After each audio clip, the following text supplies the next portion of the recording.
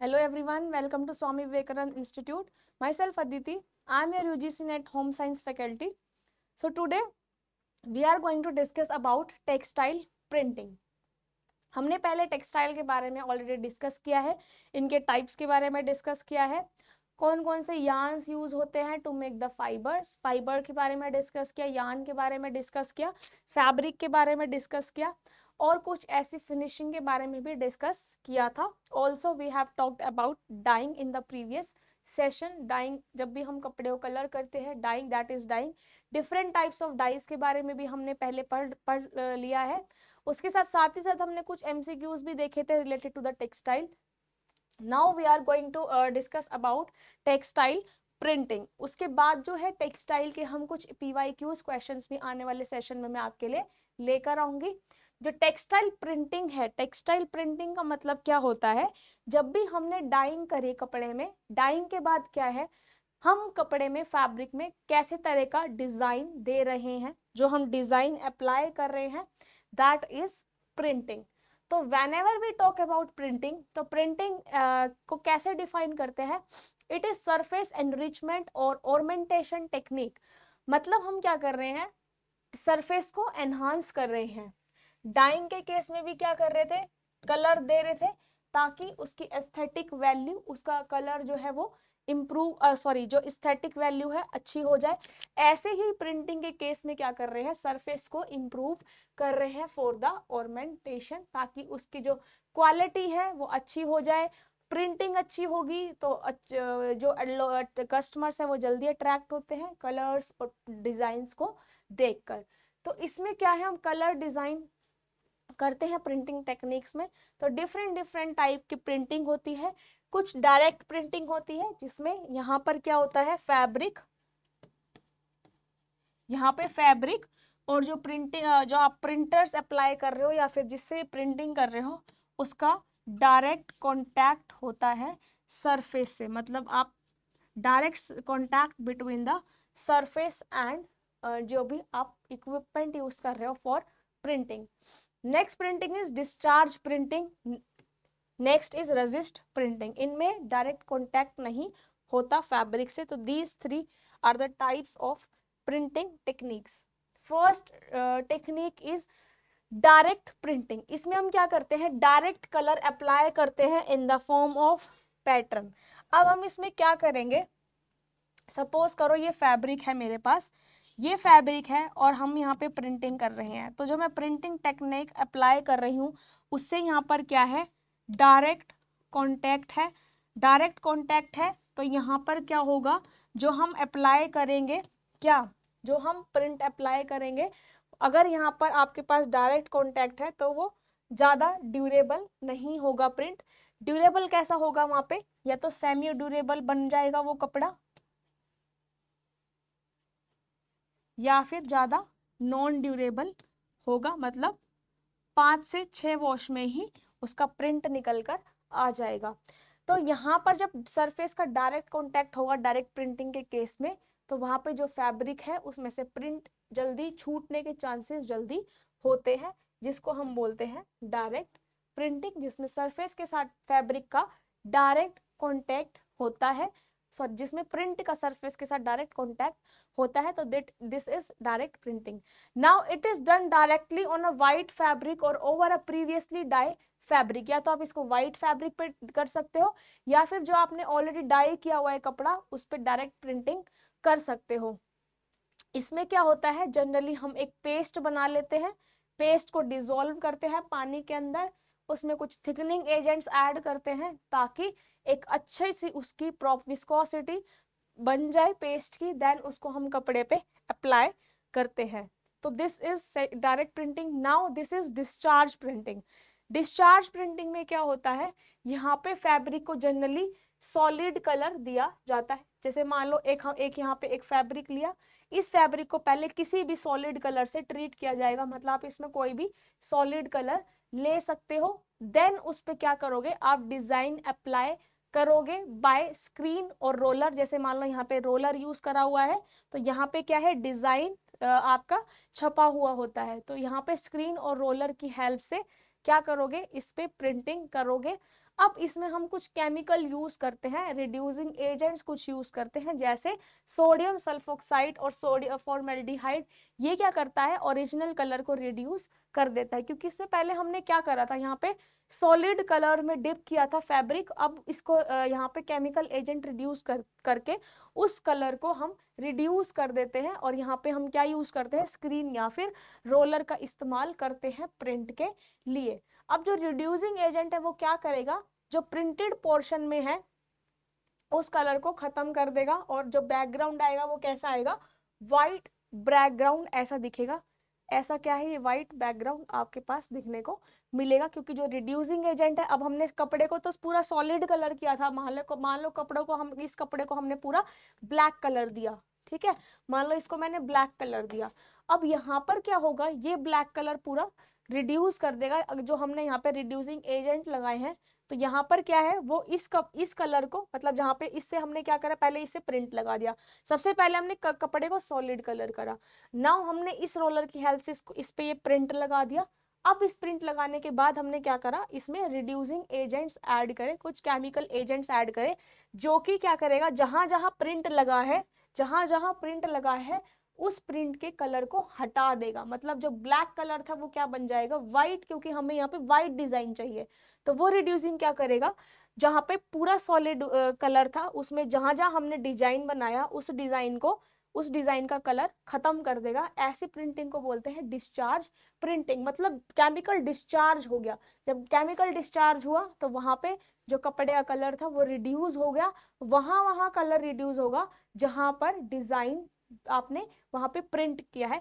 तो ऐसी प्रिंटिंग को हम बोलते हैं डिस्चार्ज प्रिंटिंग। जनरली इसमें व्हाइट पोल्का डॉट्स बनाए जाते हैं, जैसे बहुत सारे कपड़े आते हैं, जनरली टॉप्स वगैरह हो गए, या फिर इस आपके बहुत सारे फैब्रिक्स आते हैं जिसमें व्हाइट पोल्का डॉट्स होते हैं।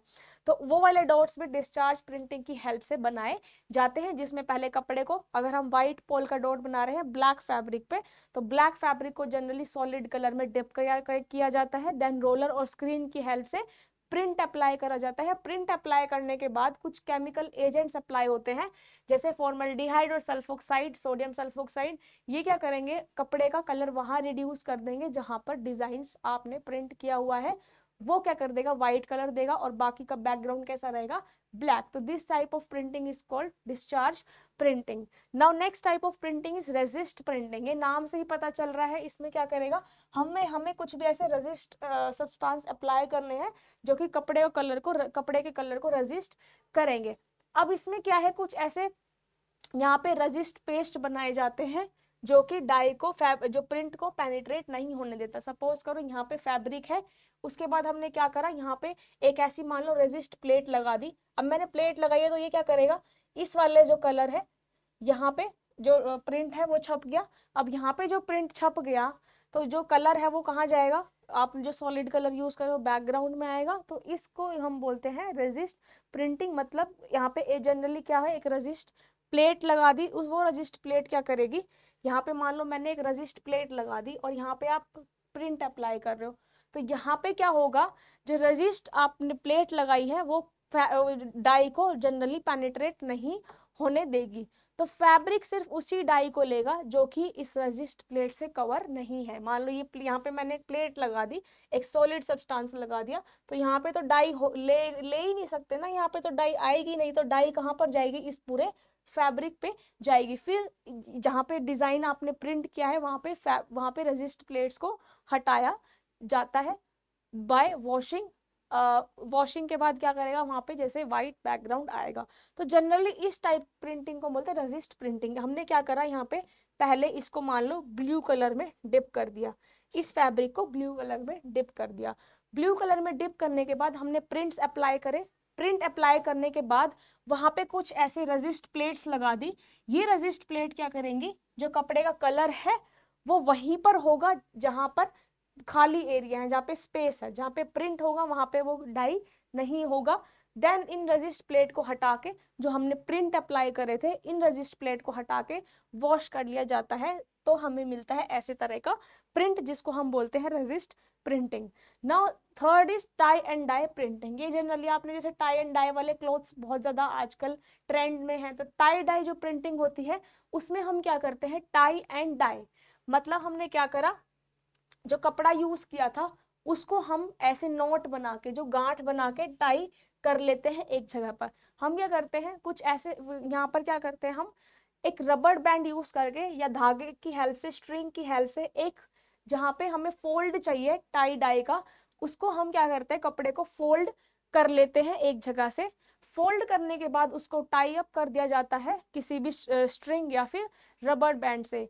तो जहाँ पे मान लो मैंने ये टाई कर दिया, यहाँ पे मैंने प्रिंट करके टाई कर दिया, उसके बाद क्या होता है, यहाँ पे पूरे मटेरियल पे डाई अप्लाई करी जाती है। जब यहाँ पे डाई अप्लाई की जाती है तो ये जो टाई कराया आपने, ये क्या करेगा, डाई को रेजिस्ट करेगा और पूरा कपड़ा क्या हो जाएगा, कलर हो जाएगा। उसके बाद इन नोट्स को खोल दिया जाता है और जो आपको प्रिंट मिलता है वो प्रिंट मिलता है टाई एंड डाई प्रिंट। तो जनरली इसमें क्या है, ब्राइट कलर्स देखने को मिलते हैं। जैसे आपने टाई डाई वाले कपड़े देखे होंगे तो उसमें अलग अलग कलर की डाइज यूज होते हैं। हम क्या करते हैं, नोट बना लेते हैं, जहाँ पे हमें प्रिंट चाहिए होता है वो नोट क्या करता है, उस प्रिंट को रेजिस्ट करता है, बाकी का फैब्रिक पूरा डाई हो जाता है, फिर उस नोट्स को खोला जाता है, उसमें आपको क्या मिलता है, फिर टाई एंड डाई प्रिंट।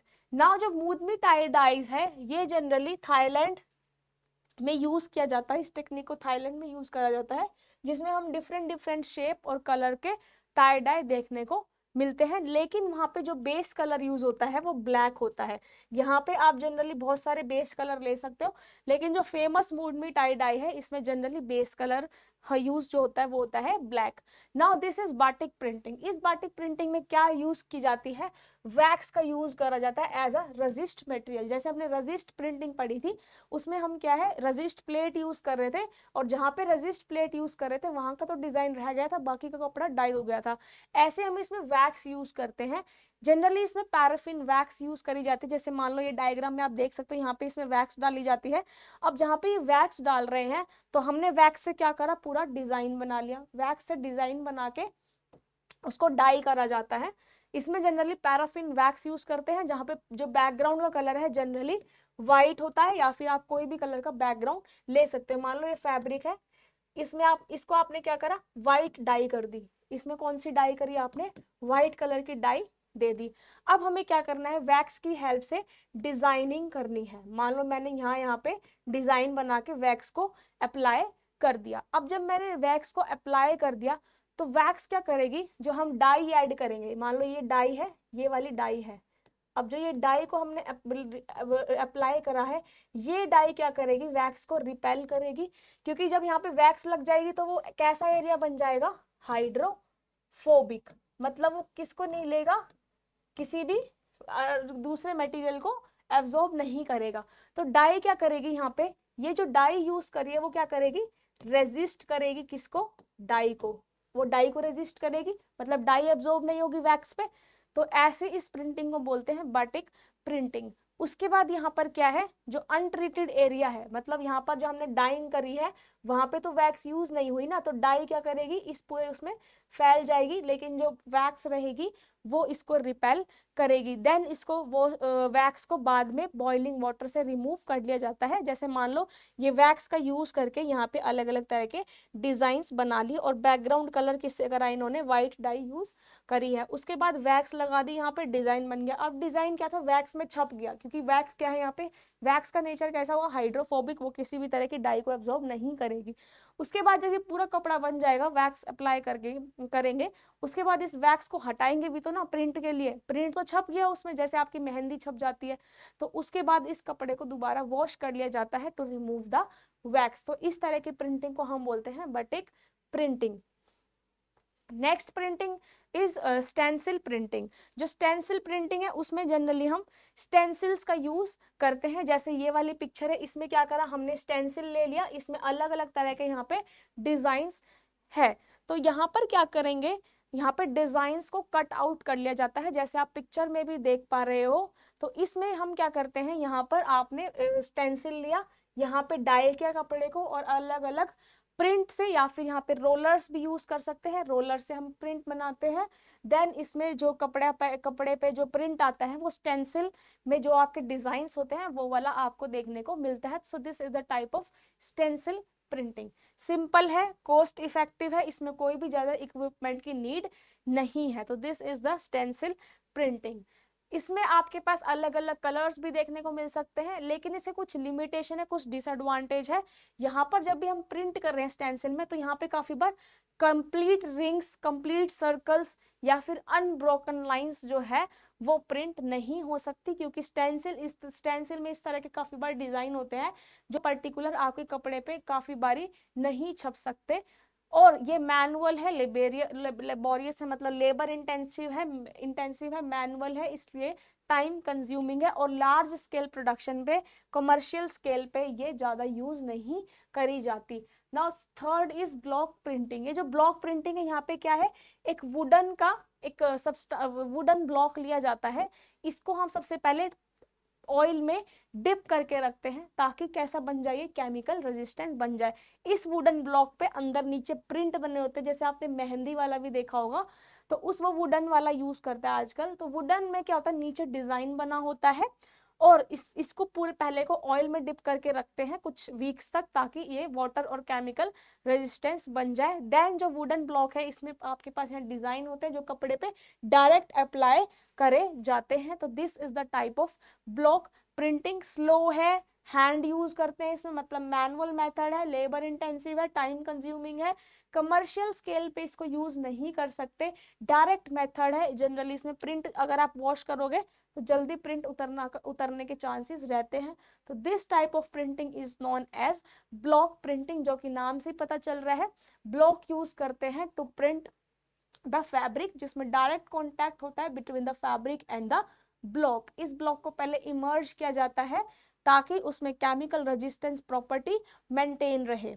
और इसमें जो ये वाले डिजाइन से आपको ज्यादा देखने को मिलते हैं, बट इसमें क्या है, एक और डिसएडवांटेज है। एक तो लेबर इंटेंसिव है, मैनुअल है, टाइम कंज्यूमिंग है, लेबर इंटेंसिव है, कोई इक्विपमेंट की ज्यादा जरूरत नहीं पड़ रही, ज्यादा कमर्शियल स्केल पे यूज नहीं कर रहे। लेकिन इसका एक डिसएडवांटेज और है मेन, जब आप ये वुडन ब्लॉक्स यूज करते हो तो काफी बार क्या है, ये बहुत ही जल्दी डैमेज हो जाते हैं, मतलब बहुत ही जल्दी या तो ब्रेक हो जाएंगे, या फिर इसमें क्या है, जैसे आपने एक बार यूज करा, आप उसको फिर से यूज नहीं कर सकते उस प्रिंट को।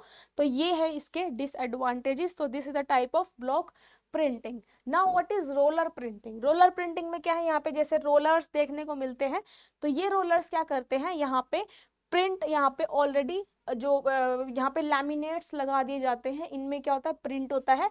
कपड़ा क्या है, जब आप फैब्रिक को इन रोलर्स के बीच में डालते हो, जब फैब्रिक इन रोलर्स के बीच में जाएगा तो उस रोलर की हेल्प से फैब्रिक पे प्रिंट होता चला जाएगा। तो ये भी जो मेथड है, this is also a direct printing method. इसमें हम क्या करेंगे, यहाँ पे जो रेट ऑफ प्रोडक्शन है वो कितना आता है, 1000 to 4000 यार्ड्स पर आवर। यहाँ पे क्या है, ब्लॉक की जगह हम क्या यूज कर रहे हैं, ये जो मेटल के सिलेंडर्स यूज कर रहे हैं, इसके बीच में फैब्रिक को रखा जाता है, और फैब्रिक पे जब ये रोलर्स मूव करते हैं तो फैब्रिक पे प्रिंट हो जाता है। तो this is the type of roller printing.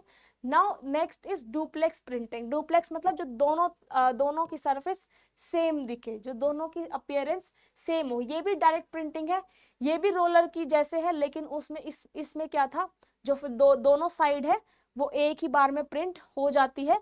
और या तो फिर पहले उस रोलर में क्या था, एक ही साइड प्रिंटिंग हो रही थी, एक ही साइड प्रिंट हो रहा था। डुप्लेक्स में क्या है, दोनों साइड पे प्रिंटिंग हो जाती है, तो पहले बैक होगा या पहले फ्रंट होगा, लेकिन जो प्रिंटिंग आएगी वो दोनों में कैसी होगी, सेम होएगी। So this is the type of duplex printing. Next printing is screen printing. इसमें क्या है, स्क्रीन का यूज करा जाता है। स्क्रीन का यूज करने के बाद जो ये जो लगा हुआ है ना, जिसको हम ऐसे मूव करते हैं, इसको हम बोलते हैं स्क्वीजर, इसको हम बोलते हैं स्क्वीजर। तो यहाँ पे क्या करेंगे, पहले जनरली यहाँ पे सिल्क स्क्रीन लिए जाते थे, बट आजकल यहाँ पे क्या है, पॉलिस्टर, नायलॉन और मेटल स्क्रीन यूज करे जाते हैं। तो इसमें क्या करते हैं, यहाँ पे एक स्क्रीन लगा दिया जाता है, इसके अंदर प्रिंट होता है, इसमें डाई डालो, डाई डालने के बाद इसको ऐसे स्क्वीज किया जाता है। जब इसको स्क्वीज करेंगे, मूव करेंगे स्क्वीजर को, तो यहाँ पे क्या है, कपड़े पे नीचे प्रिंट अप्लाई हो जाता है। तो ऐसी टाइप की प्रिंटिंग को हम बोलते हैं screen printing. So this design is made on the screen with the other than design area covered with a resist material that does not allow the dye to pass through.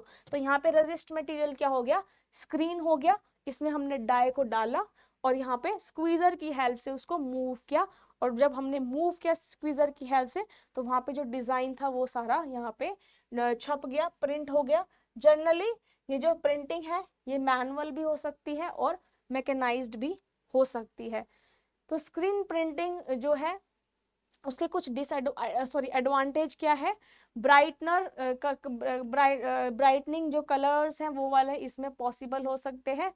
यहाँ पे एक automatic flat bed screen printing होती है, जैसे hand screen printing होती है ऐसी automatic flat bed होती है, लेकिन यहाँ पे फैब्रिक को एक बेड मतलब जो एक मूवेबल सरफेस होती है उस पर रखा जाता है, और उसके बाद क्या है वहाँ पे डायरेक्ट प्रिंटिंग करी जाती है। तो this is the automatic flat bed screen printing. Now heat transfer printing.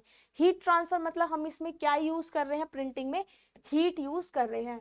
अब हम इसमें जो हीट यूज करेंगे यहाँ पे जनरली डिस्पर्स डाई यूज होती है। हमने पहले भी डिस्पर्स डाई के बारे में डिस्कस किया था कि डिस्पर्स डाई क्या करती है? सब्लिमाइज हो जाती है at the very high temperature, क्योंकि ये क्या होती है? इनसॉल्युबल होती है। जब ये इनसॉल्युबल थी तो हमने इसको क्या बनाया था? सॉल्युबल बनाया था। सॉल्युबल बनाया था, वो कैसे बनाया था? Soluble by heating. तो हम इसमें हीट प्रोवाइड कर रहे थे। तो जब हम इसमें हीटिंग प्रोवाइड कर रहे थे तो हीटिंग की वजह से क्या हो रहा था? इसमें सब्लिमेशन हो रहा था, इसमें वेपर्स प्रोड्यूस हो रहे थे। जो वेपर्स क्या कर रहे थे? इन्वायरमेंट को हार्म कर रहे थे। उसमें कुछ नाइट्रोजनस फ्यूम्स निकल रहे थे जो कि इन्वायरमेंट को हार्म कर सकते हैं। तो डिस्पर्स डाई क्या होते हैं? सब्लिमाइज हो जाते हैं at the very high temperature. यहाँ पर हम क्या कर रहे हैं? जनरली डिस्पर्स डाई का यूज कर रहे हैं। यहाँ पर क्या है? यहाँ पे आपने ऑलरेडी यहाँ पे एक स्क्रीन लगा, जो स्क्रीन है उसमें एक पेपर लगा दिया जाता है, जो कि जो पेपर है उसमें पेपर नहीं होता, that is silicone rubber sheet. जो शीट होती है पेपर की जैसी होती है जिसको हम बोलते हैं सिलिकॉन रबर शीट, यहाँ पर लगा दी जाती है। यहाँ पे प्रिंट होता है नीचे स्क्रीन पे। अब जब आप इसको हाई टेम्परेचर प्रोवाइड करते हो, जनरली यहाँ पे 200 डिग्री सेल्सियस टेम्परेचर का यूज किया जाता है। तो यहाँ पर क्या है? ऐसे जहाँ पे ये फैब्रिक है, ये नीचे फैब्रिक है, ये मशीन है, इसको ऐसे प्रेस किया जाता है, हीट प्रेस करते हैं एट द 200 डिग्री सेल्सियस। तो इस पे जो प्रिंट होता है, रबर जो सिलिकॉन की शीट होती है उसके अंदर जो प्रिंट होता है वो इस पे पूरा छप जाता है, इस पे पूरा प्रिंट हो जाता है। तो this is heat transfer printing. Heat transfer printing कुछ एडवांटेज है, अच्छे से पेनिट्रेशन हो जाता है, डिजाइन में क्लैरिटी आती है, क्योंकि जो डिजाइन ऑलरेडी स्क्रीन पर लगा हुआ है वो एकदम एज इट इज छप कर आता है, क्योंकि हमने यहाँ पर क्या क्या करा है? हाई हीटिंग करी है। तो यहाँ पे this is a type of heat transfer printing. Now next is textile finish. Finish का मतलब क्या होता है? जो हम फैब्रिक के एंड में अप्लाई करते हैं ताकि कपड़े की स्ट्रेंथ इंप्रूव हो जाए, उसकी एस्थेटिक वैल्यू इंप्रूव हो जाए, उसका सरफेस इंप्रूव हो जाए, उसके कलर्स इंप्रूव हो जाए। तो दैट आर द फिनिशेस जो कि हम कपड़े को एंड में अप्लाई करते हैं। So this is the final stage जहां पर हम मैकेनिकल और केमिकल प्रोसेस का यूज करते हैं। हम फिनिशिंग करते क्यों हैं? कपड़े को इम्प्रूव करने के लिए, उसकी श्रिंक रेजिस्टेंस को इम्प्रूव करने के लिए, क्रीज रेजिस्टेंस उसको बनाने के लिए, और कुछ साथ ही साथ उसकी स्ट्रेंथ ही इम्प्रूव हो जाती है, लस्टरनेस इम्प्रूव हो जाती है, उसको लस्ट्रस बनाते हैं, उसका सरफेस स्मूथ हो जाता है। तो ये सारी प्रॉपर्टीज के लिए हम फिनिशिंग करते हैं। Now this is a classification of finishing, जिसमें फर्स्ट होती है मैकेनिकल और ड्राई फिनिशिंग। जिसमें मैकेनिकल मतलब हम इसमें मशीन का यूज करते हैं प्रॉपर्टीज को एनहांस करने के लिए। केमिकल फिनिशिंग में यहाँ पर केमिकल्स यूज करे जाते हैं, जैसे हमने मोथ रेपेलेंट पढ़े, वाटर रेपेलेंट्स पढ़े। तो ये सारे स्टिफनिंग एजेंट्स जो हैं वो सारे केमिकल एजेंट्स हैं, वो सारे केमिकल फिनिशिंग में आते हैं। और फर्स्ट जो है वो है मैकेनिकल, जिसमें हम मशीन का यूज करते हैं। नेक्स्ट कुछ मैकेनिकल फिनिशिंग, जब हम मशीन से फिनिशिंग अप्लाई कर रहे हैं तो उसमें हम करते हैं कैलेंडरिंग। कैलेंडरिंग मैंने आपको पहले बताया है, जनरली कैलेंडरिंग करी जाती है to gain the property of lustreness, मतलब उसकी सरफेस में को सरफेस स्मूथ करने के लिए, उसकी सरफेस को इम्प्रूव करने के लिए कैलेंडरिंग करी जाती है। अब इस कैलेंडरिंग में क्या होता है? बहुत सारे रोलर्स यूज होते हैं, जहाँ पे जैसे हमने रोलर प्रिंटिंग पढ़ा है ऐसे कुछ मेटल के रोलर्स यूज होते हैं। हम हाई हीट करते हैं वहां पे फैब्रिक रखा बीच में, वो रोलर पे मूव करता है, हाई हीटिंग करते हैं जिसकी वजह से जो कपड़े की स्मूथनेस है वो इंक्रीज हो जाती है। तो ये होती है कैलेंडरिंग, जिसमें हम क्या करते हैं, सरफेस को आयरन करते हैं, एक स्मूथ सरफेस हमें कैलेंडरिंग से मिलता है। सेंफोराइजिंग का मतलब क्या होता है, श्रिंकेज को कंट्रोल करना आफ्टर वॉशिंग। वॉशिंग के बाद क्या है, वॉशिंग के बाद कपड़ा श्रिंक कर जाता है। तो काफी सारे आपने कपड़े देखे होंगे जो वॉशिंग के बाद श्रिंक कर जाते हैं, फिर आप उसको आयरन करते हो। तो ऐसे हम सेंफोराइजिंग फिनिशिंग पहले कर देते हैं ताकि जो श्रिंकेज है वो कंट्रोल हो जाए after the washing. Now next is raising. यहाँ पे क्या किया जाता है, जैसे आपने कुछ अपने उसमें कुछ फैब्रिक्स में देखा होगा, जैसे स्वेटर्स हो गया, विंटर जो क्लॉथ है उसमें ऐसे फाइबर्स बाहर आते हैं, तो उस फाइबर्स को, हेयर्स को रेज करा जाता है, उसको एक उठाव दिया जाता है उसको सरफेस पे, उसको हम बोलते हैं रेजिंग। रेजिंग और सूदिंग दोनों ही सेम होता है, लेकिन डिफरेंस ये होता है, जो रेजिंग है वो थोड़ी छोटा है, उसमें फाइबर्स को छोटा छोटा निकाला जाता है।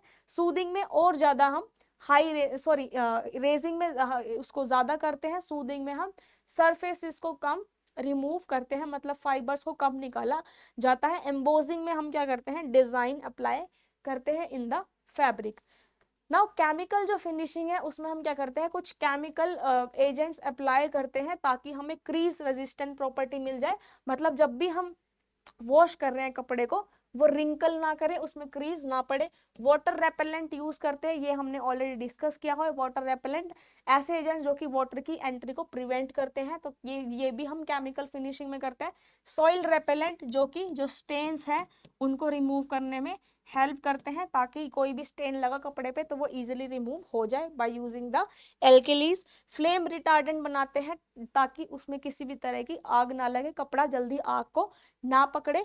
एंटी स्टैटिक बनाते हैं, मतलब जो चार्ज है, काफी बार क्या है, ऐसे कुछ कपड़े होते हैं जिसको हम पहनने से हमें करंट लगता है, या फिर बालों से हमें करंट लगता है, हेयर से, तो ऐसे कपड़े को हम क्या बनाते हैं, एंटी स्टैटिक बनाते हैं, तो किसी भी तरह का वो चार्ज जो है वो कैरी ना करे, और इसको इलेक्ट्रोस्टैटिक फ्री बनाते हैं, इलेक्ट्रोस्टैटिक फ्री हम बनाते हैं फैब्रिक को। नाउ एंटी बैक्टीरियल, वही जिसमें हमने क्या पढ़ा था पहले वाले सेशन में, मोथ कंट्रोल। मोथ को कंट्रोल करने के लिए या फिर बैक्टीरिया और फंगस को प्रिवेंट करने के लिए एंटीबैक्टीरियल केमिकल एजेंट्स का यूज करा जाता है। श्रिंक रेजिस्टेंस, ताकि वॉशिंग के बाद कपड़ा श्रिंक ना करे, उसमें भी हम केमिकल एजेंट्स यूज करते हैं। इंसेक्ट रेपेलेंट, इंसेक्ट उस पर अटैक ना करे। वेइंग डिवेइंग मतलब क्या है, काफी बार क्या है, फाइबर का वेट रिड्यूस हो जाता है। फाइबर का वेट कहाँ रिड्यूस होता है, जब हम क्या करते हैं, बायो पॉलिशिंग हम करते हैं। बायो पॉलिशिंग में क्या कर रहे थे, एंजाइम ऐड कर रहे थे, एंजाइम वॉश कर रहे थे ताकि उसकी सरफेस इंप्रूव हो जाए। तो यहाँ पे क्या है, हम ऐसे ट्रीटमेंट दिए जाते हैं जहाँ पे कुछ फाइबर का जो वेट है वो रिड्यूस हो जाता है, उसको फाइन बनाने के लिए। तो यहाँ पे हम जनरली क्या कर रहे थे, बायो पॉलिशिंग। तो ये सारे मेथड्स है केमिकल ट्रीटमेंट मेथड्स, और मैकेनिकल में था कैलेंडरिंग, और ये सारे हैं केमिकल फिनिशेस। नाउ ऐसे कुछ टाइप के फिनिश है, परमानेंट फिनिश है, जिनके फाइबर के स्ट्रक्चर में कोई चेंज नहीं आता। जैसे आपके पास रेनकोट है, रेनकोट है, अम्ब्रेला का जो फैब्रिक बनता है, जो अम्ब्रेला में फैब्रिक यूज होता है, वो कौन सा होता है, परमानेंट फिनिश। आप उसको वॉश करो, उसका कलर भी नहीं जाता, श्रिंक रेजिस्टेंस होता है, श्रिंक्स भी नहीं पड़ते उस पर ज्यादा। तो ऐसे टाइप के फिनिशेस जो हम अप्लाई करते हैं, that are permanent finish. Next जो है ड्यूरेबल फिनिश, जो कि कुछ आपके पास 50 से 60 क्लीनिंग्स के बाद वो गारमेंट खराब हो जाता है, वो कपड़ा खराब हो जाता है। तो ऐसे टाइप के फिनिश जो हम कपड़े पे अप्लाई करते हैं, जो कि 50 से 60 वॉशिंग के बाद वो निकल जाता है, that finish is known as durable finish. Now semi durable, semi durable में क्या है, जिनको 25 से 30 वॉश में ही, 25 to 30 लॉन्ड्रिंग्स में ही, ड्राई क्लीनिंग में वो फिनिश निकल जाता है, उसको हम बोलते हैं सेमी ड्यूरेबल फिनिश। तो हम अलग अलग के फिनिशेस अप्लाई करते हैं। अब जो हम फिनिश अप्लाई कर रहे हैं उसी से ही कपड़े की कॉस्ट पे डिसाइड होती है। जो परमानेंट फिनिश है उसका महंगा कपड़ा आता है, ये आपने जनरली देखा भी होगा। नेक्स्ट टेम्परेरी फिनिश, जो कि सिर्फ अपीयरेंस के लिए इंप्रूव करता है, जो कि सिर्फ बॉडी अपीयरेंस के लिए लगाया जाता है। जनरली आपका ये तो 3 से 4 क्लीनिंग में ही निकल जाता है, कुछ ऐसे डाइज निकल जाते हैं। नेक्स्ट कैलेंडरिंग, कैलेंडरिंग के बारे में वी हैव ऑलरेडी डिस्कस, जिसमें हम good amount of heat apply करते हैं। कुछ सिलेंडर्स होते हैं, हीट अप्लाई करते हैं, उसमें फैब्रिक को रखते हैं, जो कि कैसा अपीयरेंस देता है, स्मूथ अपीयरेंस देता है। साथ ही साथ इसमें हम क्या कर रहे थे, हीट और प्रेशर अप्लाई कर रहे थे एट द 100 डिग्री सेल्सियस। तो ये है calendering process. Now this is calendering machine. यहाँ पे क्या है, रोलर्स लगे हुए हैं, इसके बीच में हम फैब्रिक डालते हैं। जब ये रोलर्स मूव करते हैं, हीटिंग यहाँ से मेंटेन करते हैं, हीटिंग और प्रेशर, तो ये कैसा अपीयरेंस आता है, इससे स्मूथ अपीयरेंस आता है। तो ये है कुछ फीचर्स जिसमें हम स्मूथनेस प्रॉपर्टी इंप्रूव करते हैं, लस्टरनेस प्रॉपर्टी इंप्रूव करते हैं, एयर परमिबिलिटी को डिक्रीज करते हैं ताकि एयर एंट्री ना कर सके, उसकी स्ट्रेंथ जो है वो मजबूत रहे। ओपेसिटी इंक्रीज करते हैं, जिसमें से लाइट इजीली पास हो सकती है। फैब्रिक को इम्प्रूव करा जाता है। तो ये सारी प्रॉपर्टीज है कुछ कैलेंडरिंग की।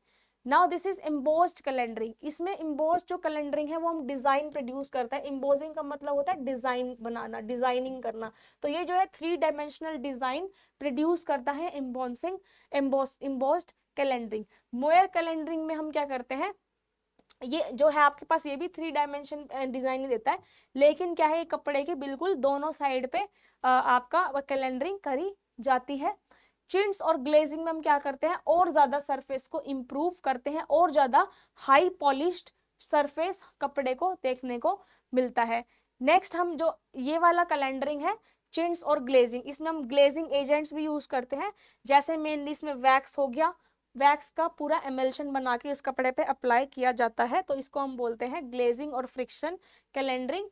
सिरे कैलेंडरिंग में हम जनरली ग्लोस लगाते हैं ताकि जो सरफेस है वो ग्लोसी हो जाए, और क्या है वो इजीली उसका जो अपीयरेंस है वो बहुत ही ज्यादा इंप्रूव लगे। वेपिंग और ब्रूशिंग में हम क्या करते हैं, जो फाइबर्स होते हैं उनको पुल कर लिया जाता है। ये जनरली आपके पास जो है वुवन और निटेड फैब्रिक में होता है। जैसे हम जो स्वेटर्स बनाते हैं ना, जिसमें फाइबर आपके बाहर फर और वुल दिखने को मिलता है, तो दैट इज नोन एज ब्रूसिंग, जिसमें फाइबर्स को बाहर निकाल लिया जाता है। उसके बाद इसको हम जनरली आपको कॉटन, वुलन, रेयन, वूल फ्लीस, फ्लैनल्स, ये सब में देखने को मिलती है कौन सी, ब्रूजिंग टेक्निक। जो ये ब्रूजिंग टेक्निक है वो क्या करती है, इंसुलेशन प्रोवाइड करती है। जैसे मैंने आपको बताया ना, विंटर स्टफ में ये यूज होता है, ब्लैंकेट्स में, sleep wear, winter clothing, generally इसमें फाइबर्स को रिमूव किया जाता है ताकि वार्मनेस प्रॉपर्टी एनहांस हो जाए। नाउ पीच फिनिश और सूदिंग, ये भी क्या है, इसमें भी फाइबर्स को निकाल लिया जाता है by the using of mechanical process, means with the help of machine. तो ये सारा है आपके कुछ ऐसे फिनिश जो कि क्लॉथ में अप्लाई करे जाते हैं, जिनसे क्या क्या प्रॉपर्टीज इंक्रीज हो रही है, उनकी स्ट्रेंथ, अपीयरेंस और उनकी जो क्वालिटी है वो फैब्रिक में इंप्रूव हो रही है। So this is all about the textile finishes. Thank you very much. Bye and take care.